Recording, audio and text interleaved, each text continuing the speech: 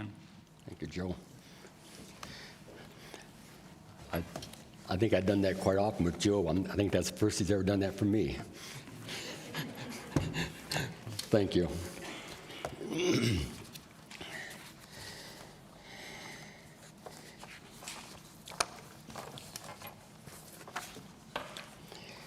In Holland, Europe, if you've ever been to Amsterdam and those areas, there's lots of canals and seawalls holding back the sea. The story is, in Holland, the sea presses in on the land so much that the people build big walls of earth and stone to hold back the waters. Every little child in Holland was taught that these big walls, called dikes, must be watched at every moment. No water must be allowed to come through the dikes. Even a hole no larger than a little boy's finger was a very dangerous thing. One afternoon, in the early fall, when Peter was 7 years old, his mother called him. "Come, Peter," she said, "I want you to go across the dike and take this cakes to your friend, the blind man. If you go quickly, you could be home again before dark." Peter was happy to go because his friend, the blind man, lived alone and was always glad to have visitors. When he got to the blind man's house, Peter stayed a while to tell him of the walk along the dike. He told about the bright sun and the flowers and the ships out on the sea. Then Peter remembered that his mother wanted him to return home before dark, so he said goodbye and headed for home. As he walked along, he noticed how the water beat against the side of the dike. There had been much rain and the water was higher than before. Peter remembered how his father always spoke of angry waters. "I suppose Father thinks they are angry," thought Peter, "because we have been keeping them out for so long. Well, I'm glad these dikes are so strong. If they give way, what would become of us? All those fields would be covered with water. What would happen to the flowers and the animals and the people?" Suddenly, Peter noticed that the sun was setting. Darkness was setting on the land. "Mother will be watching for me," he said. "I must hurry." But just then he heard a noise. It was the sound of a trickling water. He stopped, looked down, and saw a small hole in the dike through which a tiny stream was flowing. A leak in the dike, Peter understood the danger at once. If water ran through a little hole, it would soon become a large one, and then the water could break through and the land would be flooded. Peter saw what he must do. He climbed down the side of the dike and thrust his finger into the tiny hole. The water stopped. "The angry waters will stay back now," said Peter. "I can keep them back with my finger. Holland will not be drowned while I'm here." But then he thought, "How long must I stay here?" Already it was dark and cold, and Peter called out, "Help! Is there anyone there? Help!" But no one heard him. No one came to help. It grew dark and cold, and still Peter's arm began to grow stiff and numb. Will no one come, he thought. Then he shouted again for help. And when no one came, he cried out, "Mother, Mother!" Many times since sunset, his mother had looked out at the dike and expected to see the little boy. She was worried, but then she thought that perhaps Peter was spending the night with the blind friend, as he had done before. Well, she thought, when he does come home in the morning, I will have to scold him for staying away from home without permission. Poor Peter. He would rather have been home than anywhere else in the world, but he could not move from the dike. He tried to whistle to keep himself company, but he couldn't because his teeth chattered with cold, and he thought of his brother and sister in their warm bed, and of his father and mother. I must not let them be drowned, he thought. I must stay here until someone comes. The moon and the stars came down on a shivering boy. His head was bent and his eyes were closed, but he was not asleep. Now and then he rubbed his hand that was holding back the angry waves. Morning came. A man walking along the dike heard a sound, something like a groan. He bent down and he saw the child below. He called out, "What's the matter, boy? Are you hurt? Why are you sitting there?" In a voice faint and weak, the boy said, "I am keeping the waters from coming in. Please tell someone to come quickly." The man ran to get help. People came with shovels to the dike, and they carried Peter, the little hero, home to his parents.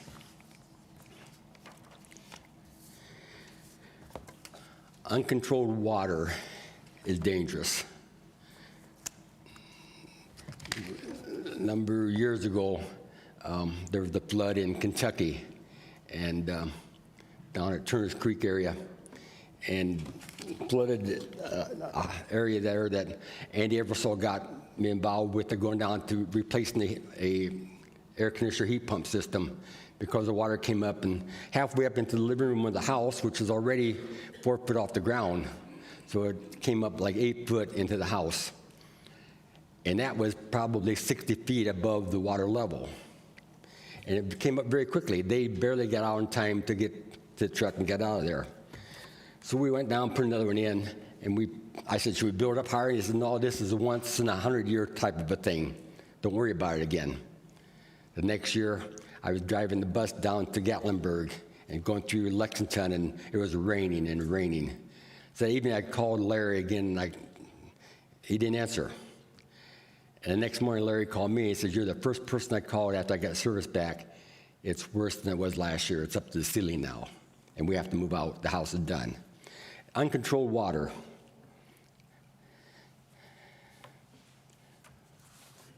Water has always been. Even Genesis 1 talks about water. I'm going to be reading verses throughout the morning, and I'm not smart enough to put them on the overhead so you can see them. So if you want to turn to them, you can. If not, just follow along. And some I'm going to be skipping, just kind of skipping around in them.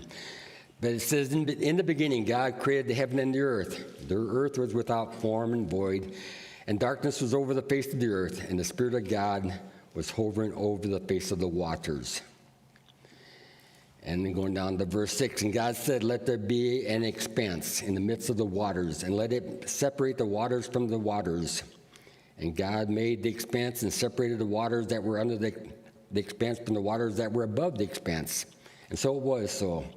God called the expanse heaven, and there was evening and there was morning the second day. And God said, "Let the waters under the heavens be gathered together into one place, and let the dry land appear." It was so. And God called the dry land earth, and the waters that were gathered together he called seas. And God saw that it was good.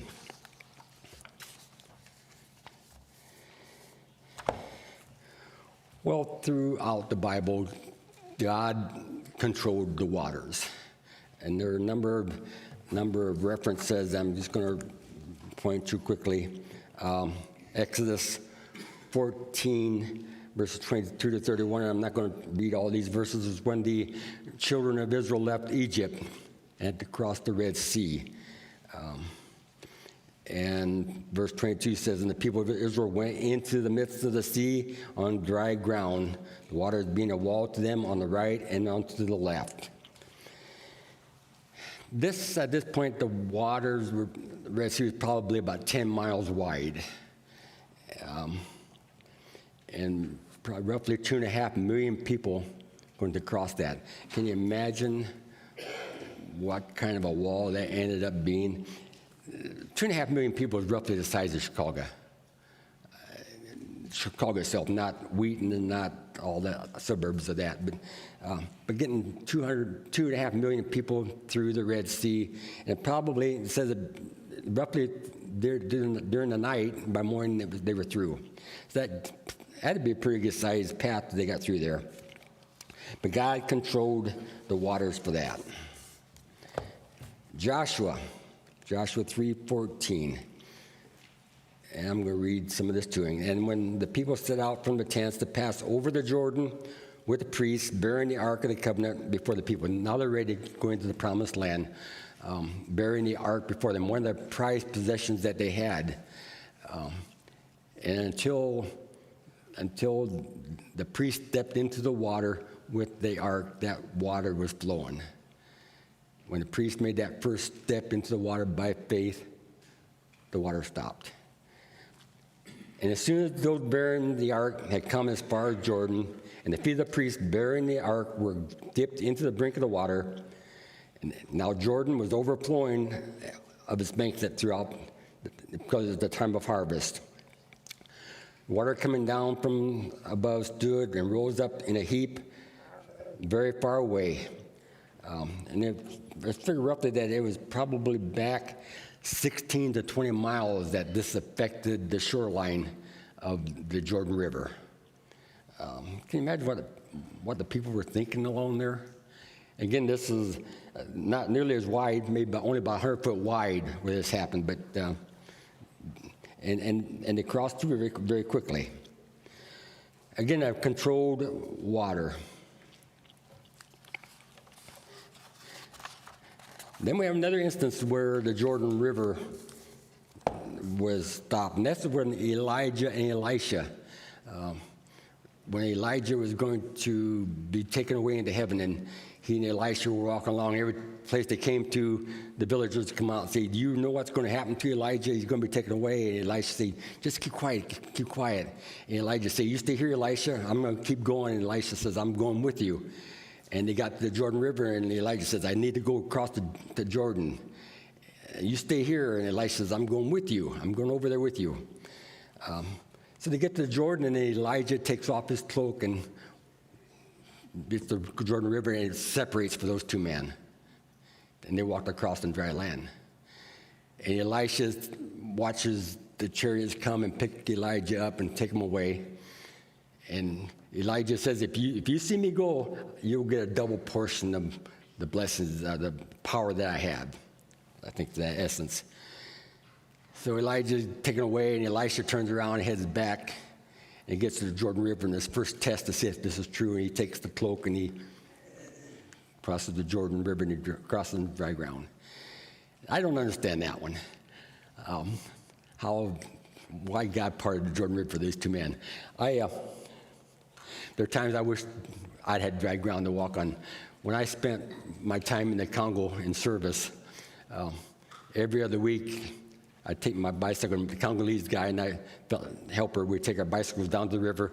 We'd get on this dugout canoe that they chiseled out with little axes, and we'd put our bikes in that canoe, and they'd paddle us up the river. And this river, the Kasai River, is probably a quarter mile wide and flowing fast, especially after rain. It flowed fast, and there are alligators and crocodiles in it. And we put our bikes in there, and they'd row us up the river, and then they'd angle the boat out at an angle and let the current just push the boat over across the river. One man in the back with the oar trying to keep control of that boat. There are times I wish that had been dry ground.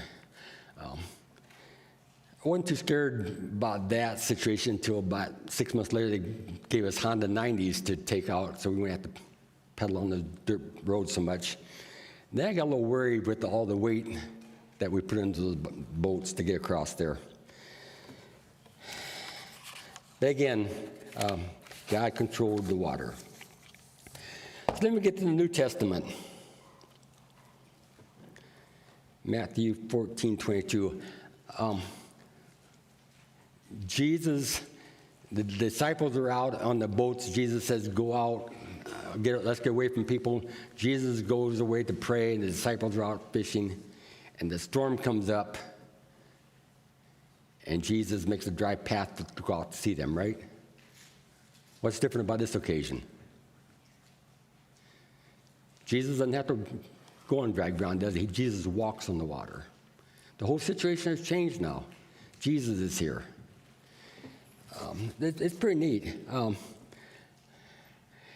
just going to read again. Immediately, he made the disciples go out on a boat, and he dismisses the crowds, and he goes up in the mountain to pray. And when evening came, he was there alone, but the boat, by this time, was a long way away from land, beaten by the waves, for the wind was against them. And in the fourth watch of the night, he came to them, walking on the sea. And when the disciples saw him walking on the sea, they were terrified and said, "It is a ghost." And they cried out in fear. But immediately Jesus spoke to them, saying, "Take heart, it is I. Do not be afraid." And Peter answered him and said, Lord, if it's you, command me to come to you.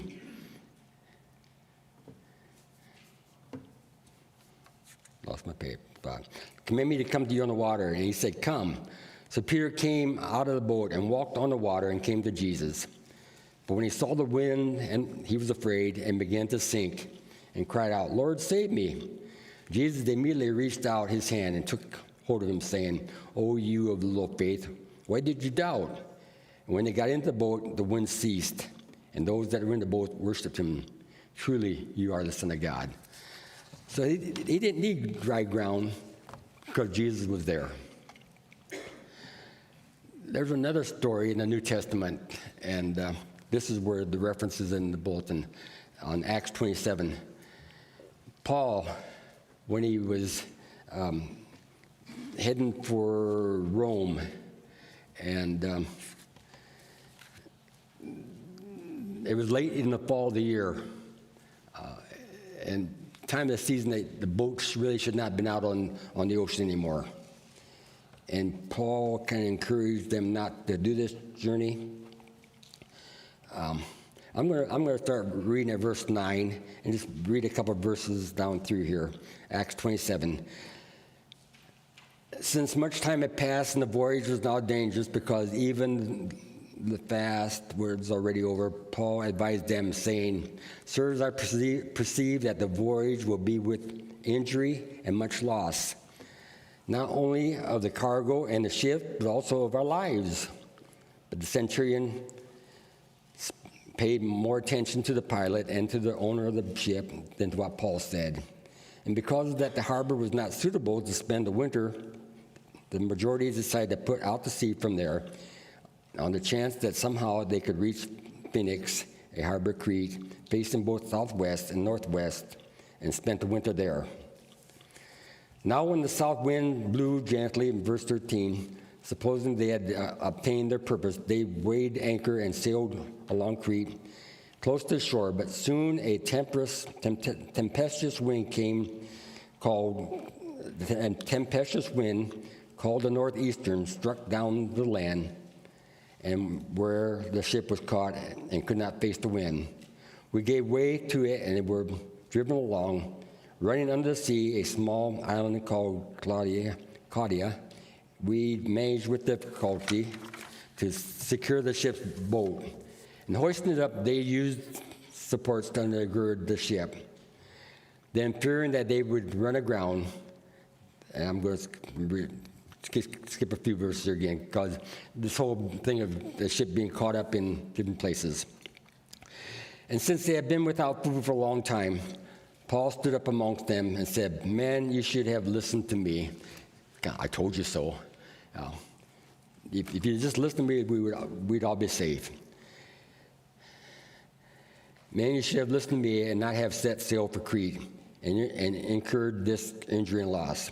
Yet now I urge you to take heart, for there will be no loss of lives among you, but only of the ship. For this very night there stood before me an angel of God, to whom I belong and whom I worship. He said, Do not be afraid, Paul. You must stand before Caesar, and behold, God hath granted you all those who sail with you. So take heart, men, for I have faith in God, and that will be exactly as I have told you. But we must run aground on some island. And the story continues that they did end up with a shipwreck, but Paul, knowing what God had in mind, matter of fact, he tells them, we've been out for 14 days now without food. Not a one of us is going to be lost. Our lives are all going to be saved. Let's take food and eat. Take courage. God is with us. And so they ate. And then after they were all eating, they threw the rest of the stuff overboard to try to save the ship.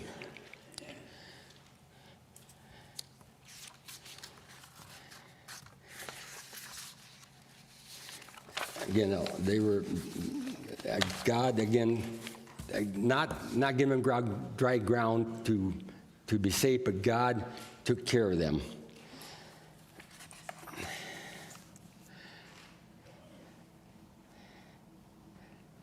Now, sometimes Paul was in touch with God. Paul's heart was in tune with God. There's sometimes I envy people who go through struggles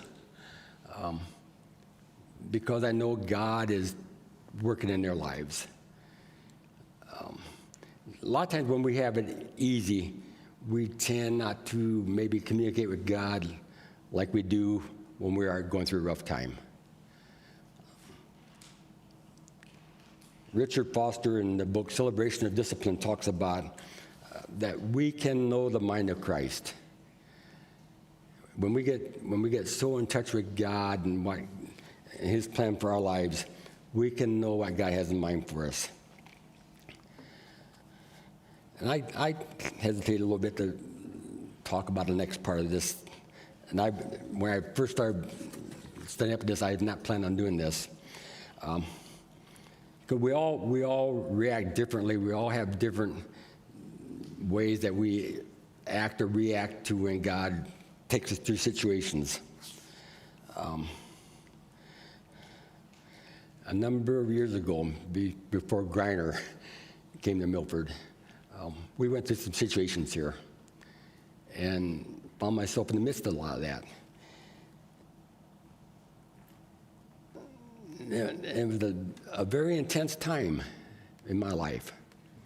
That night after night, and I don't know, I wake up mornings anywhere from 5 to 6 o'clock. I like to be up doing things, most times by 5:30. But it's never the same time exactly. But during that time, for a number of nights, I woke up and looked at my clock, it said 3:33. And it was happening too often for me just to say it's unusual. And then the verse hit me, Jeremiah 33:3, call upon me and I will answer thee and show thee great and mighty things which thou knowest not. And that verse started going through my mind, and it kept happening. It kept happening.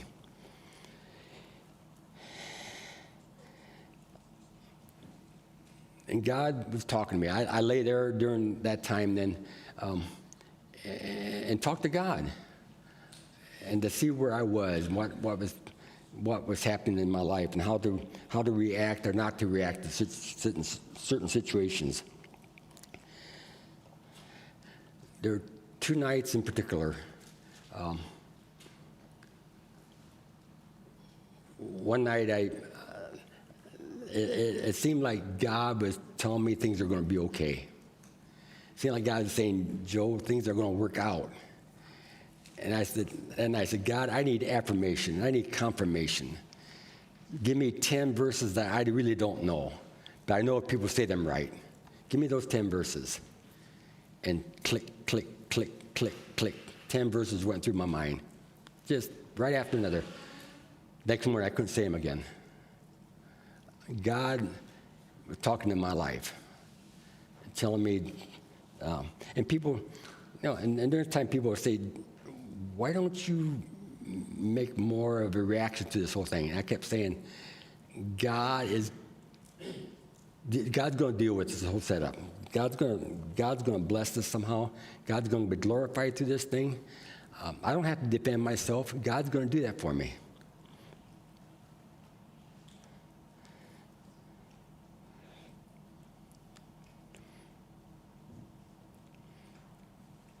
I should have written the second thing down.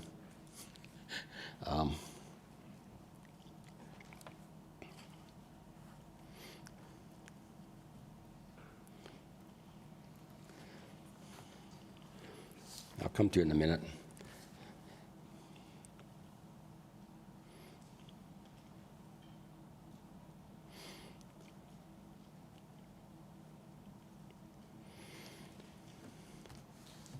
But another night, something happened. I'm trying to think where I was now, but I should have written down about that. I had that in the back of my mind all the way through this thing. But another night, something happened to me that was very, very vivid. Oh, I remember when I was. The night I wrestled with God for a couple of hours. There were different times that things came up, and I made confessions. When you make a confession, that puts a shoe on the other foot. And somehow that didn't seem to go over very good with people so they find something else wrong. There. But one night I wrestled with God, and God said, Joey, you got to make this right. You got to make this right. And I said, God, I'm not to blame for that. God said, Joey, you got to make it right. You have to make that right. And I wrestled with God for a while, and finally said, no, I got to get some sleep, God. Okay, I'll take care of it. I'll take care of that situation. And this is the neat thing. And God spoke to me in almost audible voices, I thought. And God says, you don't have to. I'll take care of it. I just wanted you to be willing to do that. I just wanted you to be willing. I think that's where Paul was a lot. And Paul says, follow me as I follow Christ. I think Paul was so in tune with God that Paul knew that they were going to be safe. God was telling me that Milford Chapel is going to be okay. Milford Chapel is going to be good. And went way beyond that verse, call upon me and I will answer thee and show thee great and mighty things which thou knowest not. I never expected Grinder to come down here. I knew God was going to deal with it in some way. It went way beyond what I thought it would go. And that's God's calling.